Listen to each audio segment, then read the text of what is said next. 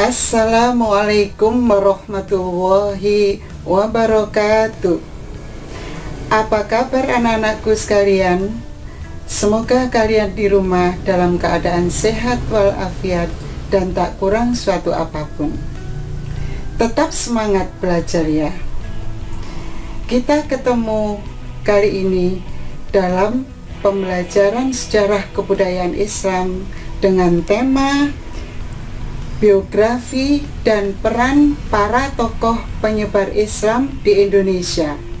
Dalam hal ini adalah Abdurrauf As-Singkili dari Sumatera dan Muhammad Arsyad Al-Banjari dari Kalimantan. Itulah anak-anak yang akan kita bahas dan pelajari pada hari ini. Sebelum kita mulai pembelajaran anak-anak, marilah kita memanjatkan doa terlebih dahulu. Semoga pembelajaran hari ini mendapatkan manfaat yang barokah bagi kalian semuanya. Amin. Berdoa dimulai. A'udzu billahi minasyaitonir rajim. Bismillahirrahmanirrahim. Raditu billahi robba wa bil islami dina wa bi Muhammadin nabiyya wa rasulah. Rabbi zidni ilma warzuqni fahma waj'alni minas sholihin. Amin. Baiklah anak-anak, selanjutnya marilah kita ikuti tayangan video berikut ini.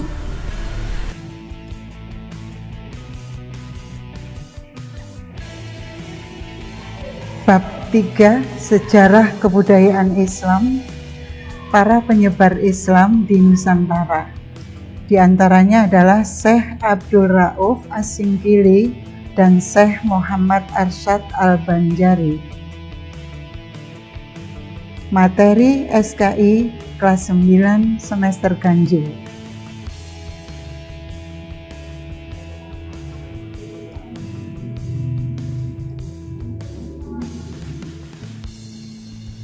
Inilah kompetensi inti.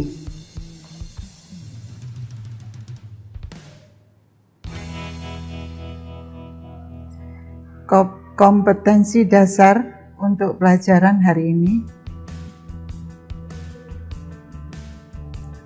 Indikator pembelajaran.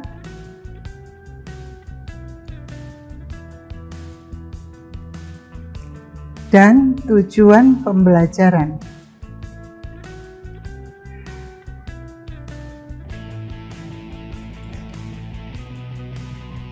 Peta konsep tokoh penyebar Islam di Indonesia, Syekh Abdurrauf As-Singkili. Syekh Abdurrauf As-Singkili dan Syekh Muhammad Arsyad Al-Banjari. Pertama-tama adalah Syekh Abdurrauf As-Singkili. Nama asli beliau adalah Abdurrauf Al-Fansuri yang lahir di kota Singkil. Beliau adalah orang pertama kali yang mengembangkan tarekat Sattaria di Indonesia. Sekitar tahun 1640, beliau berangkat ke tanah Arab untuk mempelajari ilmu-ilmu keislaman. Abdurrauf As-Singkili pernah bermukim di Makkah dan Madinah.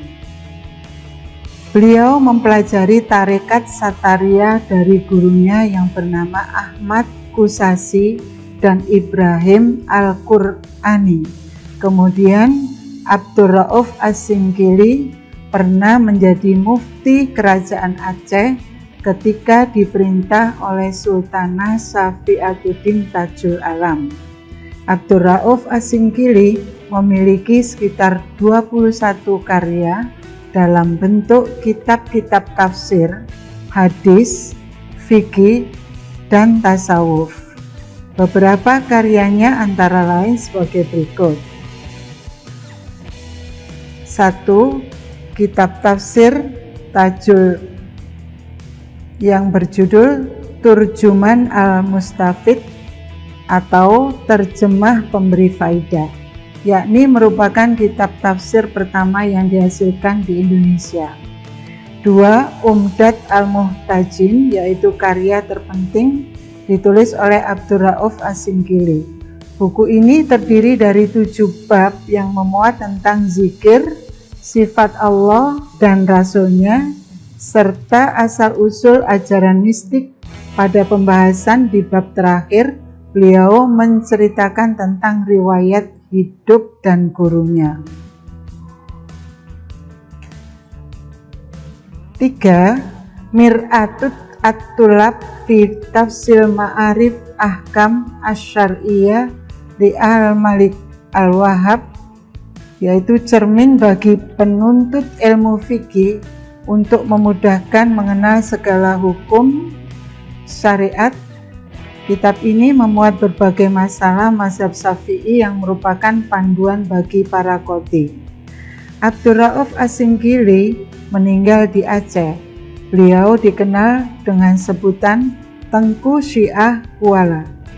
Sebagai penghargaan masyarakat Aceh kepada perjuangan beliau, maka namanya dijadikan sebagai nama perguruan tinggi di Aceh, yaitu Universitas Syiah Kuala. Kampus ini didirikan pada tahun 1961 di Banda Aceh. Syekh Muhammad Arsyad Al-Banjari berperan penting dalam proses penyebaran Islam di Nusantara. Muhammad Arsyad Al-Banjari lahir di Lok Gabang, Martapura, Kalimantan Selatan pada tahun 1710. Beliau lahir dari pasangan Abdullah dan Siti Aminah. Setelah wafat, beliau dikenal dengan sebutan Datuk Kalampayan karena dimakamkan di desa Kalampayan. Ketika masih kanak-kanak, beliau diadopsi oleh Sultan Tahlilullah untuk dididik secara tuntas. Bahkan beliau dikirim ke Mekah dan Madinah untuk belajar di sana selama lebih kurang 30 tahun. Sebelum berangkat ke Tanah Suci, beliau dinikahkan dengan seorang putri yang bernama Bajud sebagai sarana untuk mengikat perasaan dengan keluarga di tanah air. Di antara gurunya yang sangat berpengaruh adalah Syekh At-Toila yang pernah memberikan izin kepada Muhammad Arsyad Al-Banjari untuk mengajar dan memberi fatwa di Masjidil Haram. Selama belajar di Tanah Suci, ia berteman dengan para ulama, diantaranya sebagai berikut. 1. Syekh Abdus Samad Al-Palimbani. 2. Abdul Wahab Bugis dari Makassar yang kemudian menjadi menantunya. Dinikahkan dengan Syarifah binti Muhammad Arsyad Al-Banjari. 3. Syekh Abdurrahman Masri dari Jakarta.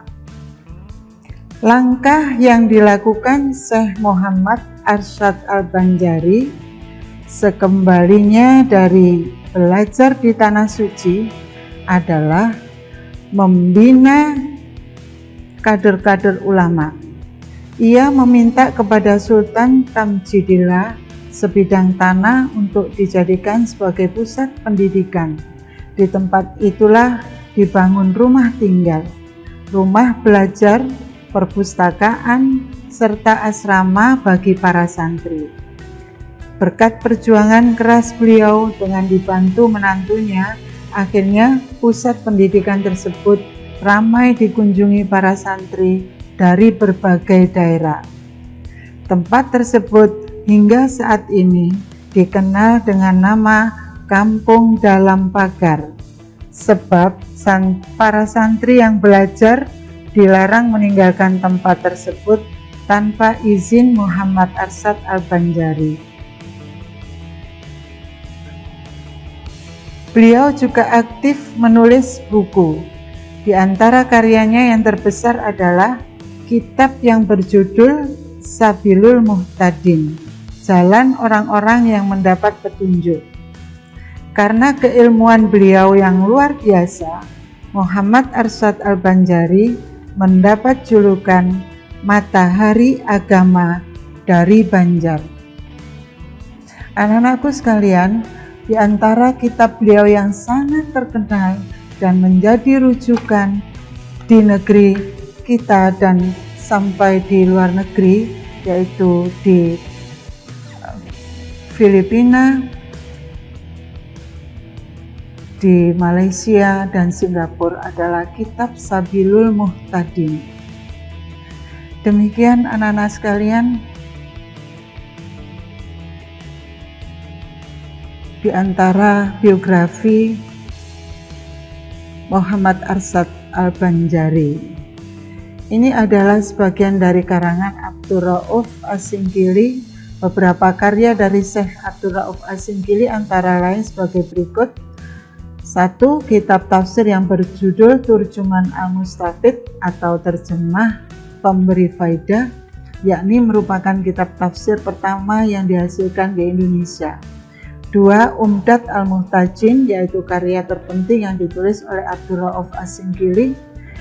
3. Mir'at At-Tulab fi Tafsil Ma'rifat Ahkam Asy-Syar'iyyah li Al-Malik Al-Wahhab, cermin bagi penuntut ilmu fikih untuk memudahkan mengenal segala hukum syariat.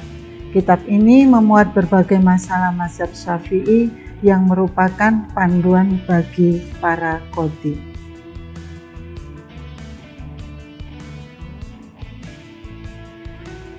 Untuk sesi yang terakhir anak-anakku sekalian, tidak lupa Ibu akan memberikan evaluasi tugas, yaitu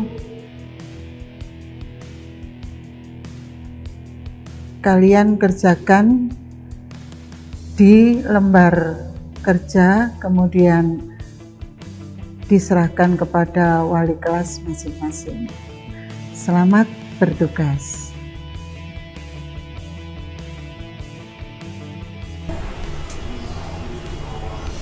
Bagaimana anak-anakku sekalian?